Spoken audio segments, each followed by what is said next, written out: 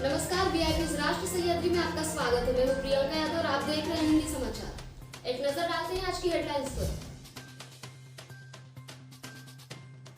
किसान बिल को काला कानून कहने पर बोले कृषि मंत्री।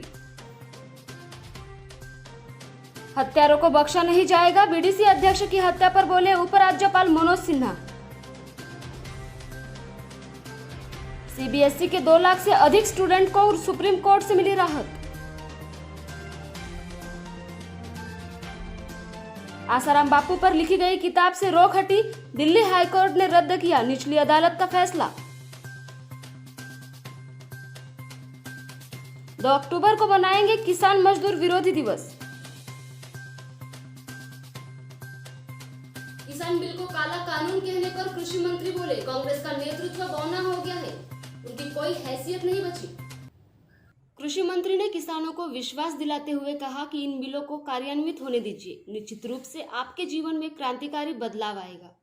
कांग्रेस द्वारा किसान बिलों को काला कानून कहने पर केंद्रीय कृषि मंत्री नरेंद्र सिंह तोमर ने पार्टी के नेतृत्व पर बड़ा हमला बोला है। कृषि मंत्री ने कहा है कांग्रेस का नेतृत्व बौना हो गया है। कांग्रेस में जो अच्छे लोग हैं उनकी पूछ खत्म हो गई है। जिन लोगों के हाथों में नेतृत्व है उनकी कोई हैसियत देश में बची नहीं है। उनकी अपनी पार्टी में ही कोई सुनता नहीं है। ये लोग कुछ भी गलत बोलकर देश को गुमराह करने की कोशिश करते हैं। मैं कांग्रेस के नेताओं से कहना चाहता हूं कि अगर वह बहस करना चाहते हैं तो विधेयक के प्रावधानों पर करें, सरकार जवाब देगी। थोड़े दिनों में ही ये स्थिति हो जाएगी कि किसान ही उन्हें जवाब देगा।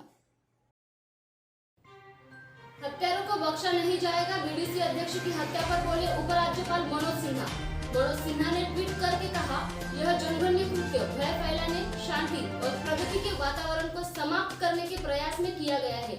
ऐसे हमलों का कोई और औचित्य नहीं हो सकता।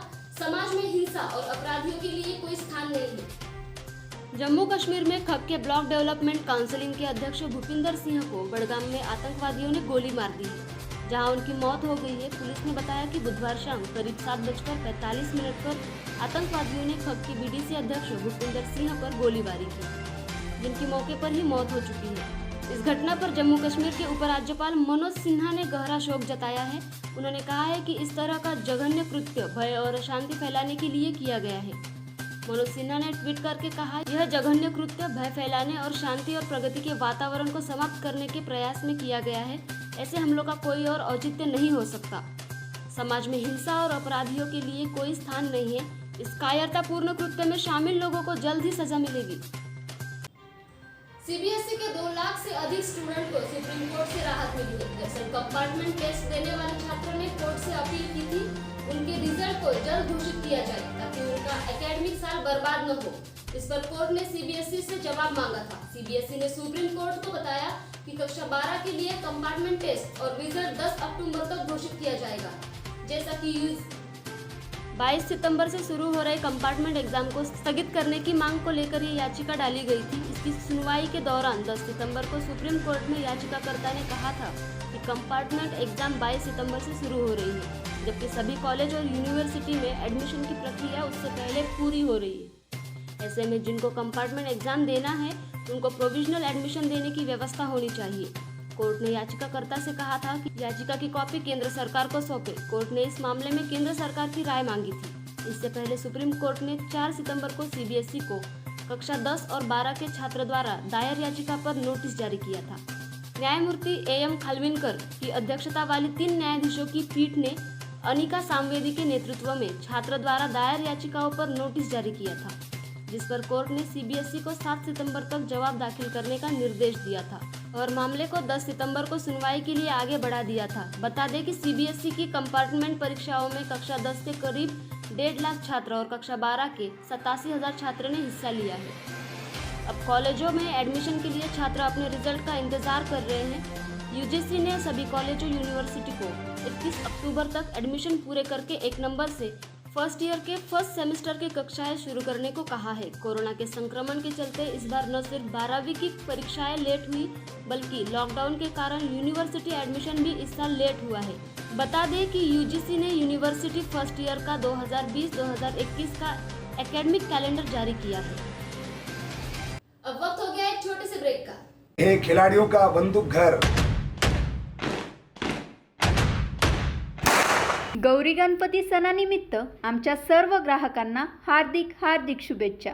शुभेच्छुक बंदूकघर सिंग गन हाऊस. आमचा पत्ता संगमनेर रोड, बजाज शोरूम समोर, श्रीरामपूर.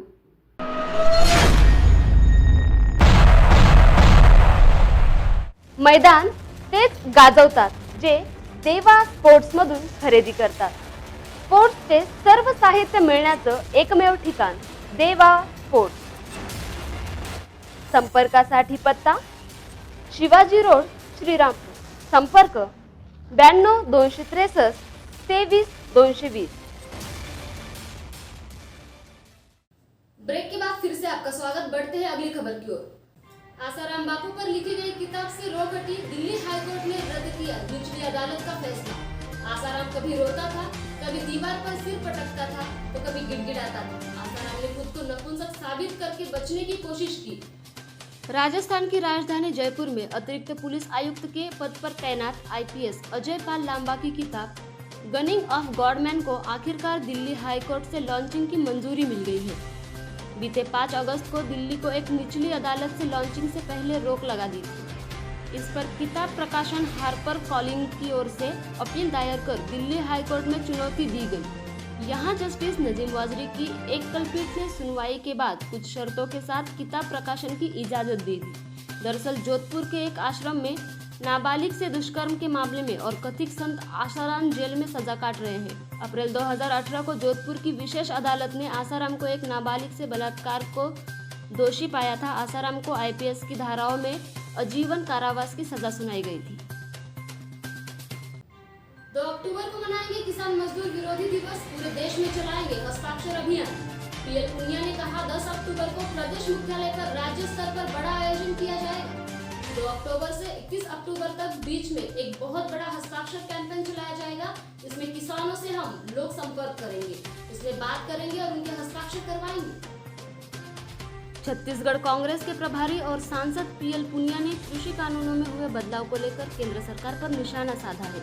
उन्होंने कहा है कि किसान और मजदूर से जुड़े कानूनों में काफी बदलाव किया गया है.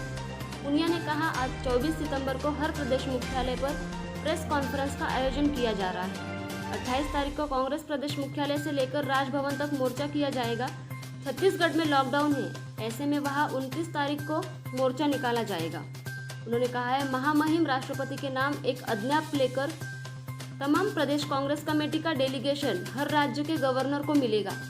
2 अक्टूबर किसान मजदूर विरोधी दिवस के तौर पर मनाया जाएगा. 2 अक्टूबर को हर विधानसभा जिला मुख्यालय के ऊपर धरना प्रदर्शन आयोजित होगा.